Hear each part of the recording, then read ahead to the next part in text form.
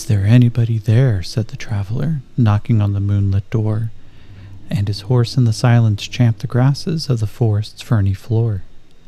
And a bird flew up out of the turret above the traveler's head, and he smote upon the door again a second time.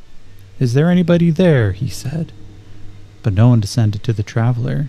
No head from the leaf-fringed sill leaned over and looked into his gray eyes, where he stood perplexed and still.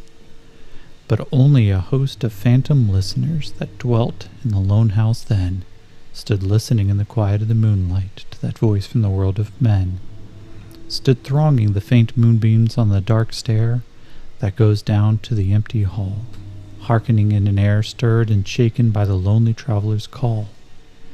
He felt in his heart their strangeness, their stillness answering his cry, while his horse moved, cropping the dark turf neath the starred and leafy sky. For suddenly he smote on the door even louder and lifted his head. "Tell them I came, and no one answered, that I kept my word," he said. Never the least stir made the listeners, though every word he spake fell echoing through the shadowy darkness of the still house from the one man left awake. Aye, they heard his foot upon the stirrup and the sound of iron on stow, and how the silence stirred softly backwards when the plunging hoofs were gone. That is The Listeners by Walter de la Mare. And as one more mystery continues here, we found our hero, the Marquis Micah Race, as he had been captured by a demonic race known as the Broadkill. They negotiated with him, trying to interrogate him, but he held a stony silence before he started receiving a vision in his solitude. This vision drove him. He had to get out. He had to figure out what was going on here. And with the help of a captured one-armed city rat by the name of Yins, they fought their way through some Broadkill to get to the door just as the Marquis' bodyguards and his sister greeted him at the door, explaining that the only reason they were able to fight their way through here is because of a twist of fate. Something happened and the Broadkill are now fighting amongst themselves. And not one to look a gift horse in the mouth, Micah, his sister Amadee, and their bodyguard, who just now got a name of, I think he called him Bad Boy Bill. At least it's kind of like a mercenary's call sign name.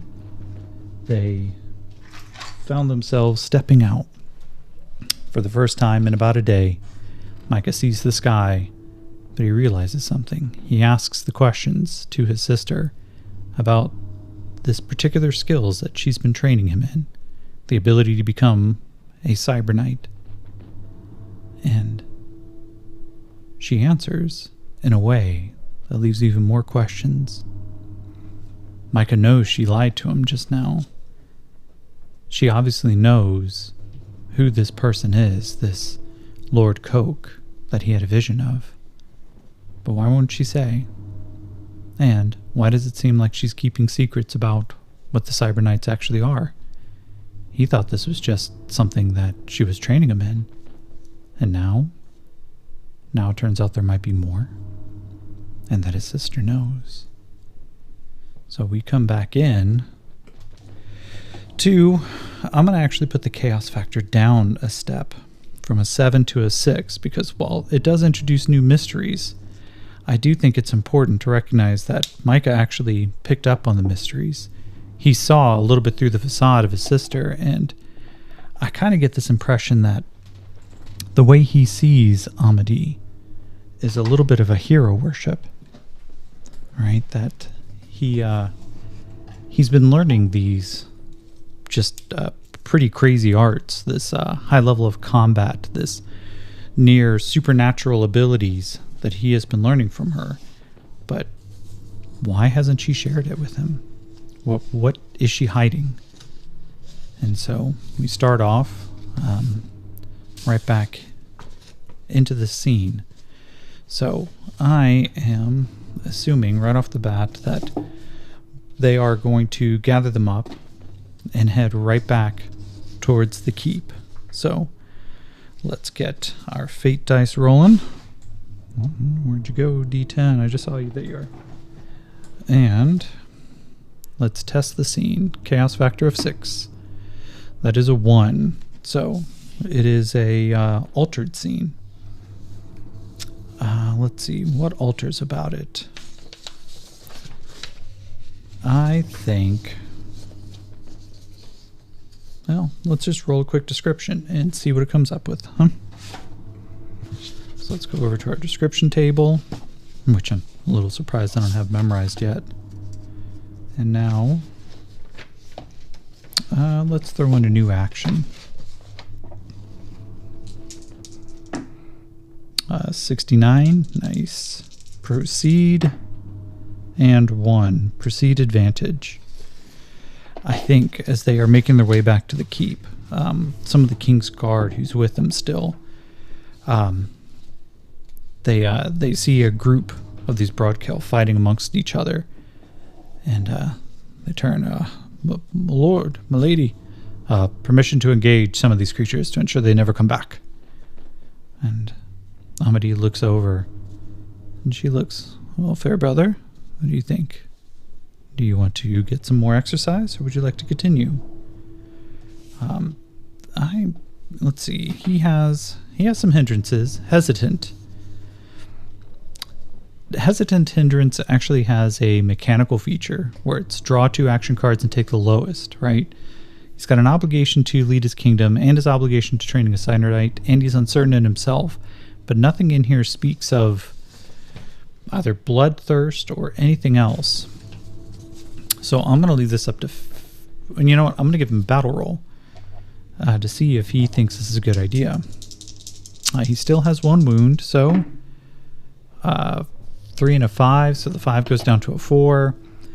He can see here, first off, he is unarmed and well, he is unarmored and only armed with his sai swords.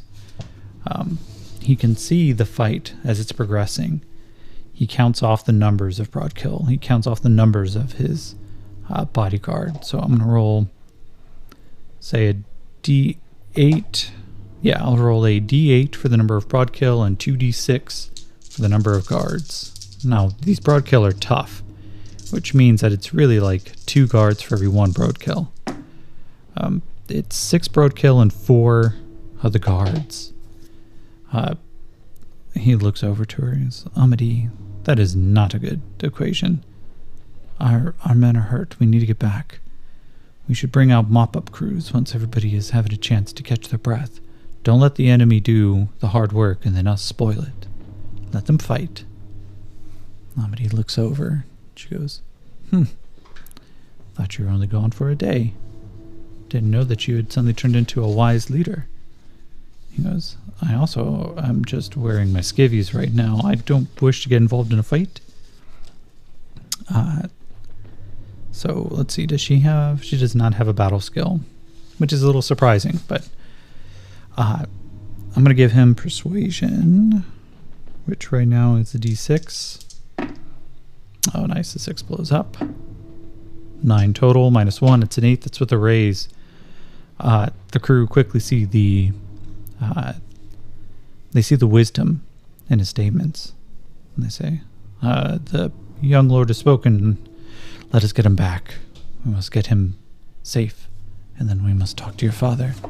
Hopefully he has sent a contact back by now. Amity goes, very well. Very well. Well, he's right. Let's go.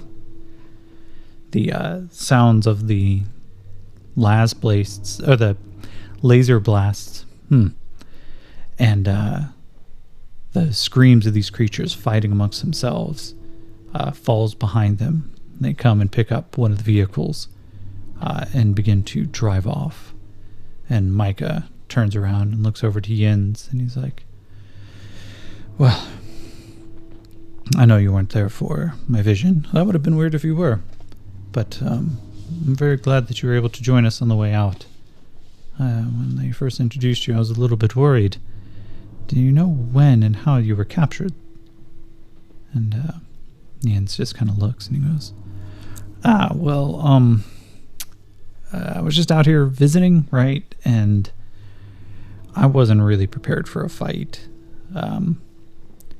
When they busted into the hostel that I was staying in, well, they didn't exactly ask a lot of questions. Some good folks kind of got gunned down. Honestly, I think the only reason that those goons actually let me live is because they wanted my arm. They also probably thought it was kind of funny watching me try to run away with only one arm. And Micah looks over and he's like, fucking beasts. No, they're not beasts, but they are demons.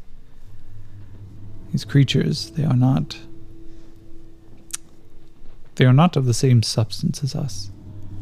My understanding, and based on what our abilities can actually do to them, I have heard of creatures from the other planes. There are devils and demons. There are wars being fought, planes and realities that we have not even scoped. No, these creatures, they were summoned here. And I'm very curious as to by whom. And as Amity kind of looks over, she has a quizzical eye up. Let's see, is she picking up a little bit of what Mike is throwing down here, that he has a suspicion about this? I'm going to give it 50-50. So let's see here. 79. That is a no on 50-50, but it's not a exceptional no. So I assume she thinks about it for a moment. And she just, Now that is curious. Brother, did you have conversations with them? Well, yeah. Because they didn't eat me right away. Anybody who doesn't, start devouring their captives right away generally want to talk.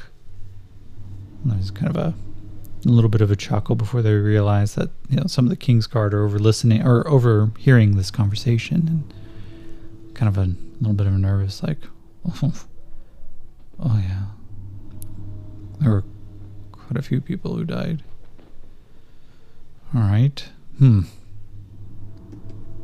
they continue on back. Amity staring him down and just shakes her head. Give him a quick. He notices this with a 4, but doesn't say anything.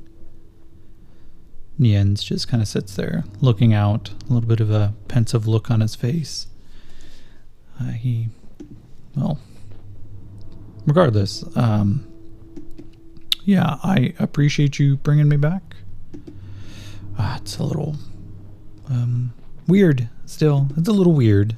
I think this is weird. It's also getting uncomfortable in this car. So this is your sister? Yeah? Hi. Yeah, hi. And Amity looks over to him, goes, did you assist my brother in getting out? He goes, yeah, and your brother helped me too. It was fantastic. He's quite a fighter.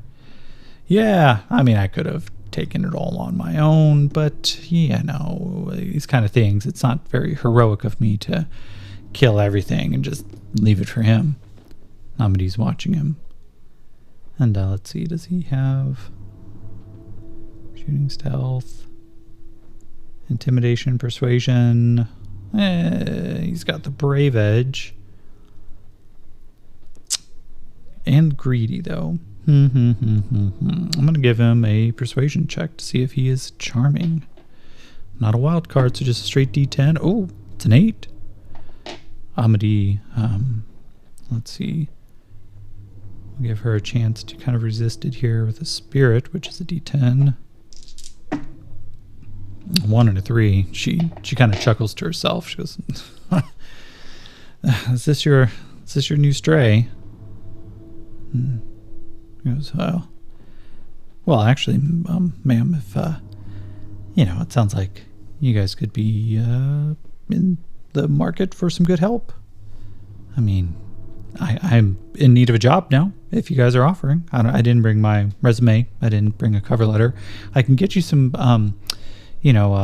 some names for references if you want, but a lot of them got eaten. So, yeah, you may have to wait. And Amadee goes, that's dark. I kind of like this one.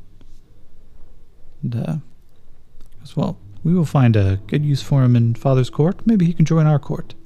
You know, I don't have many men-at-arms right now. Jens kind of looks this up. He goes, dude, was that a joke? Men-at-arms? And I've only got one. Bro, too soon.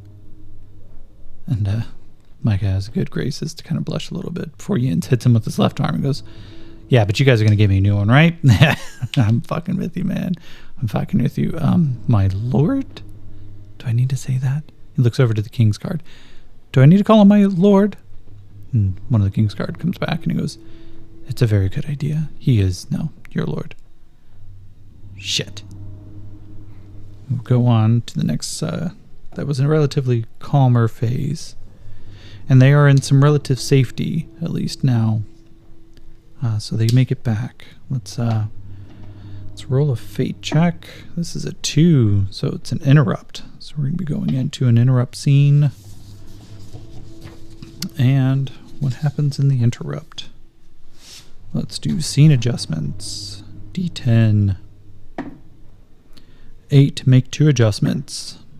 Remove a character and make 2 adjustments. Now we're going to roll again. All right, let's roll a d6. It's a lot faster. Increase in activity and remove a character. Okay, let's find out what character. Let's see, we've got 2, 3, 4, 5, 6, 7. So we'll roll a d8. Let's see which one comes up. 6. Lord Coke. Lord Coke. How do we remove that from a scene in which he was... I'm going to try something here. Let's remove a character, but it's a character that's not even truly in the scene. So unless it is a remote adjustment, which doesn't make a lot of sense to me just yet, I am going to... Well, I guess for now, we will just mark Lord Coke. Maybe he is distracted and they're not going to be able to find out who he is right away. Okay. Removed temporarily, but increase in activity. The fighting amongst the Broadkill starts getting stronger. Some of them, these fights start getting a little too close to the remnants of the King's Guard and the civilian population that they've managed to pull in as refugees. And as they approach the great fortress in front of them, the metal walls that make up these barricades overlaid with cement, laser turrets up on top of the walls, and they begin to pivot. The turrets themselves automatically tracking, and they say, we have incoming, we have incoming, and suddenly there is just railgun blasts. They are deafening as they fire subsonic rounds.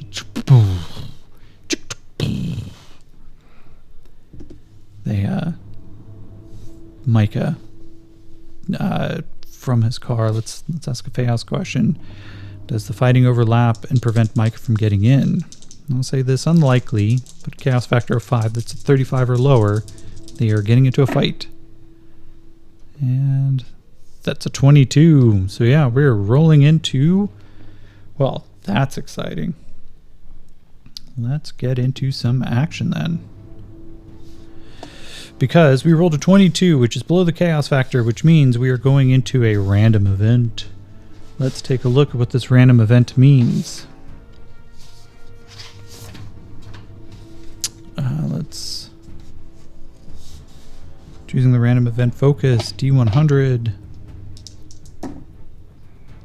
5, remote event. PC is expecting news from afar and now seems like a good time for it to arrive. Okay, okay. I'm going to ask no, whoops. Let's roll. We're going to roll on the action table. 20 combine, and 7 battle. I have an idea here. Let's do 50-50. Do the rest of the King's Guard from the King arrive. 36 they do as the battle begins to commence. There is a large group of these broadkill who seem to have rallied a little bit. One of them just, "Now's the time. Strike!" And they begin to assault directly against the walls. The turrets start firing down just as Micah and the group get through the main gate. Laser blasts start following after them, and they turn, firing back. Micah ducks and tries to get him behind some cover as Jens comes up behind him and goes, "Oh shit, man, I thought we were supposed to be safe in here." He goes, "How are we supposed to be safe when they're still out there?" But then a large explosion rocks the area just outside where the broadkill are coming in. And Micah turns and he goes, "Either we've got another group fighting, or we've got incoming, and they may be ours. Hopefully, cross your fingers." Just as a large banner and several of these heavy power armor start swooping in. Heavy wings on the outside, but a very skinny, narrow body frame. There's no direct jets on the back. Instead, they look like they are arcing electricity, and they come screeching in overhead just as these fireballs begin raining down. The little cannons that they have, powered by some form of arcane magic, just begin to and the ripping and explosions start tearing into the broadkill. Let's see. They are immune to environmental fire, but yeah, that's environmental fire. I don't think that they are immune to fire as damage. And as the explosions begin ripping through them, and they see their father's banner on the front of some of this magical power armor, just as a couple of APCs start rolling in, and then in addition to that, some cavalry on these will look like arcane enchanted but mechanical horses. And the knights start fighting through, and Micah just turns and goes, "Keep the gate open! Keep the gate open! We will make sure that father's men have a place to come back. But we need to defend this gate, get those refugees back, get everyone out of the line of fire." And as the group begin to push their way through, there is now just explosions. And suddenly, a little bit of a fanfare. The fighting continues for the next several hours. Micah and Amity, let's see. Does Micah retreat into the keep just to get some cover as he is still unarmored? 36, he does. And Amity, kind of excited as she is, she runs back out. She's like, "I'll catch up with you later, brother. I have a feeling that there's not going to be much left, and I would still like to keep practicing my swinging arm." And Micah watches with a kind of a mysterious look in his eyes and goes, I do not know what's going on anymore. Something doesn't fit right. Jens, come. I'll show you around, and we'll get you some gear and see if we can find a cyberdoc who can replace your arm. He goes, "Shit, man, really? I mean, but my lord? My lord. That doesn't sound right yet. You haven't told me yet, what exactly do I do now?" And he looks back and he's like, "Oh. We will determine that. We will figure that out. But for now, I think stick by my side. I've got to get you back into some form of shape. You're unhealthily skinny. You're obviously not one of our countrymen, so we may have to talk about granting you citizenship, but you don't need it to be a person at arms. Sorry, that is the term for a person who attends to a lord, especially one in a combat role." He goes, "Shit, you want me to fight? Man, I'm no good in a fight right now." He goes, No, my man. let's just get you geared up and set up, and then we will talk later about what you actually need to do. He goes, all right, man. So, I'm sorry, Lord Choom. Lord Choom, is that okay? I can't say that. I can't call you Lord Choom. Lord Micah. All right, man. Micah just turns. He's like, you know, I have to admit, you're a little refreshing. We'll work on this, though. As they head back, the fighting outside continues. The screaming, the shouting, the yelling. The cacophony and dance of death. And Micah himself goes, well, I need to go find communications. Let's see, does he take him with him? 29, yeah. He goes, come, you may have some skill in this already. It'll also be a fantastic place to get you introduced to where I think the cyberdock is probably going to be. We generally keep communications towards the top. We have to use line of sight to get to the next radio tower, so generally the lasers are up there. The sending spells that we have are, well, inside the town. They are squashed. We want to ensure that nobody can pass off clairvoyance and monitor what's going on. But it also means that certain communications must be done through a little bit more technological means. Far out, my lord. I'm pretty used to technology, so are you sure that I'm the right Choom for this? Because I have a really good feeling about you, Yins. As they progress upstairs, let's get a nice little description going on. And let's see. Nope. Tables and tables and tables. Army descriptions, caverns, character descriptors. Noble house. Noble house might be a good one. Because the one thing we don't know yet, let's find out. What is the house, what does the noble house of Rice actually mean? So 94 victory and 48 victory and love. Okay. Victory, love. So we could read that as they love victory. So maybe they are a house on the rise. It feels a little more complex than that, but at the same time. So let's see. House, Rice. So their family motto is for the love of victory. They are a house built on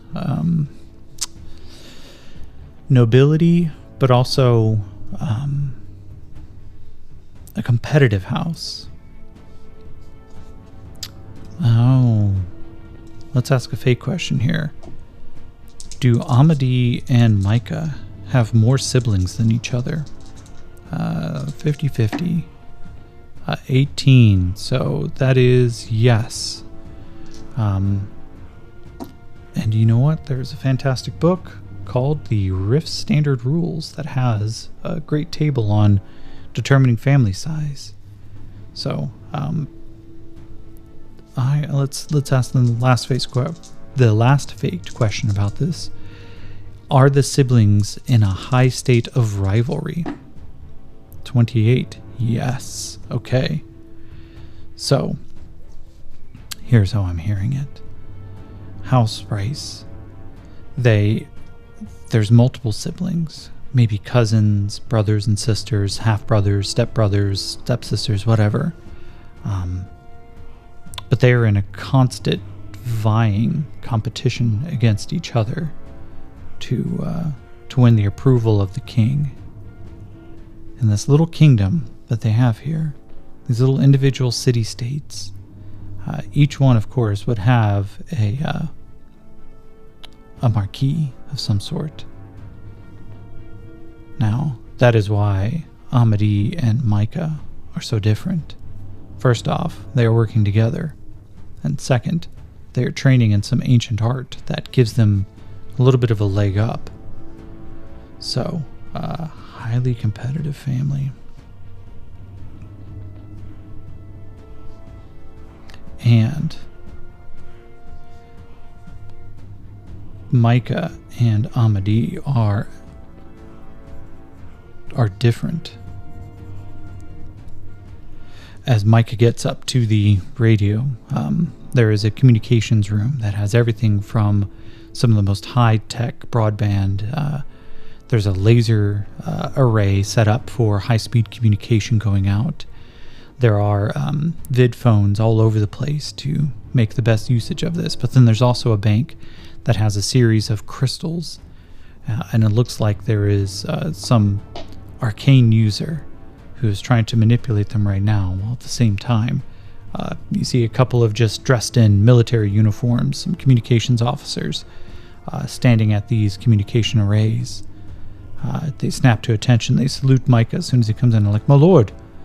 And Micah puts his hands down and goes, it's quite all right, soldiers. I need to get immediate word to my father. And let's see here. Fake question. Is King Rice here as part of this vanguard? I will say it's unlikely. Most kings don't actually go and fight with their front troops, but it's possible. 52. No, he's not here. They look at each other and goes, yes, very good, my lord. We'll set that communication up right away. And they turn and look like, this is Sir Yins. And shit, sir. Oh, okay, my lord. Sir Yins is recently recruit man-at-arms. He's under my command. Can you contact the Cyberdoc, and he's going to need some replacement pieces. Like, very good, my lord. Right away.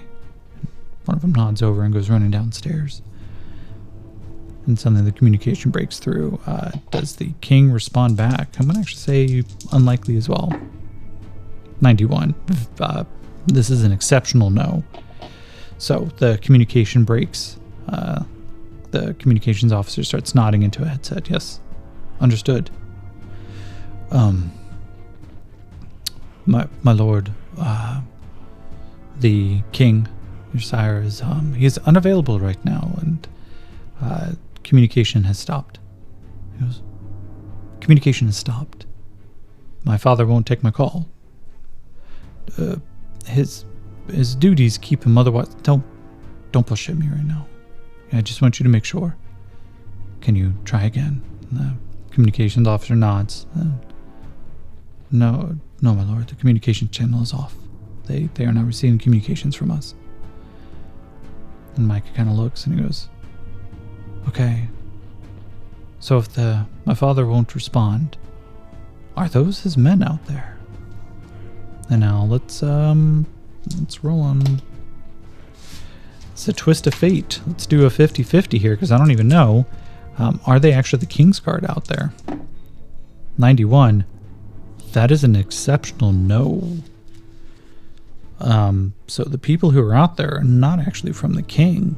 And the question is, who are they from? So let's go to the plot twist. All right. 13. Consequence. 91. Strange. Strange consequence. The fuck does... Oh, wait. Okay, I'm going to put this as very unlikely, but are these the actual organized Cyber Knights? Oh, shit. Okay, I just rolled a 14, and very unlikely is a 25. So I'm going to go back on one of the answers that I gave earlier. The power armor and everything is still accurate. It's still Techno Wizard coming through, but Micah and Jens lean out the window. Officer! And then Micah, the officer who's responding to Micah turns. Yes, sir. We need to get communications down to the field right now. These are not these are not our kings and men. Contact Amadi immediately. Do whatever you need to do. I don't care if you need to point a laser pointer at her. Get her attention. He goes, yes, right away, my lord. I don't have a laser pointer. The fuck is a laser pointer? Give me a laser pointer! He goes, ugh. He goes, Jens, we may need to forego getting new equipment. We may need to get down there and get communications. I don't know who these people are, but they fight with a ferocity. And I'm going to give him... It's going to be at a distance, so this is a -2. I'm going to give Micah a chance. Can he spot? Well, it's an obvious Cyberknight out there. Oh, that explodes. 9 -1, that is an 8 with a raise. Micah. Oh my god. Do you see that? And Ian squints and he goes, yeah, it's a little weird. I'm going to give him a notice roll too. D8. He's got a targeting eye, which doesn't really help. Oh, he's got an optics package, so +2 on sight-based notice. So this is a D8 +2. Rolled a 1. Okay, it's not snake eyes, but he just kind of blinks a little bit and goes, I don't see it. I don't know what I'm looking for, Micah. My lord, Micah. I'm sorry. I don't see. They're good fighters, though. Holy shit, they're mopping the floor with them. But Micah watches with just absolutely rapt attention. He sees it. He sees one of them dancing. Swings a sword with a just impeccable grace. It spins on one heel. 4 arms splayed out. Actually, we'll roll. Let's see if this one has an alien-style mutation or something. Mutation description. Let's see what kind of person's down there. 54. Inspect. And then 100. Inspect wound.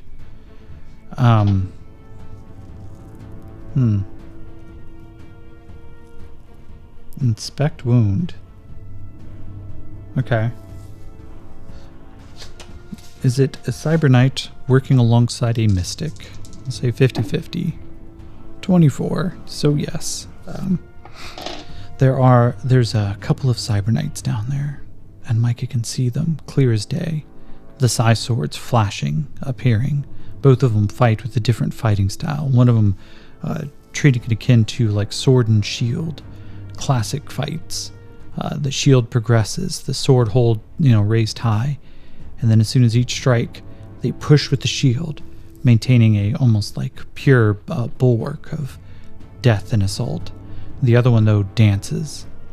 It seems that the blade, as it appears in their hand, has just one steady edge, and wherever it goes, there's a trail of the putrescent blood coming out. It's visible from here that each time one of these two strikes, though their blades look different, their techniques look different, their fighting style looks different. They're as different of warriors as it could be, but each strike leaves a golden hue, burns a little bit into his retina as he watches, and he cannot look away. These two Cyberknights and their different styles of fighting carve through the middle, and alongside them there is another form. It splays its hands out, and suddenly white light shoots, strikes another one of these creatures. It seems to burn a little bit away, but then as one of the Kingsguard gets struck down, this form runs over to it with the quickness of somebody used to battle medic, and quickly puts hands on him. A different flash of white, and suddenly the Kingsguards back up, looking at limbs that had disappeared, wounds that are now gone, and a surprising deafness to the ability to get back into the fight. They are almost like a force magnifier as some of these troopers flying overhead in the power armor, and then infantry soldiers piling out of the APCs, weapons going left and right. And then suddenly, the fighting out there is over. The broadkill, and their first real turn of fear. They weren't afraid to fight the Reyes family. They weren't afraid to gun down innocent people and troopers. They weren't even afraid to fight each other. But suddenly, they are afraid. There's nothing they can do against the stem tide. The water does not fear the crashing rocks, but the rocks eventually wear away. And as these monstrous creatures begin to flee, turning like feral creatures, scrabbling over each other, long black claws, just pulling whatever they can to get away. Eventually, the fighting stops, and Micah, staring down, watches as one of the figures turns, and with a glint that he can recognize, locks eyes with him across this vast difference, and with one arm raised, offers a very basic salute. And we'll find out who they are next time. Thank you for joining with me tonight, and I will talk to you next time.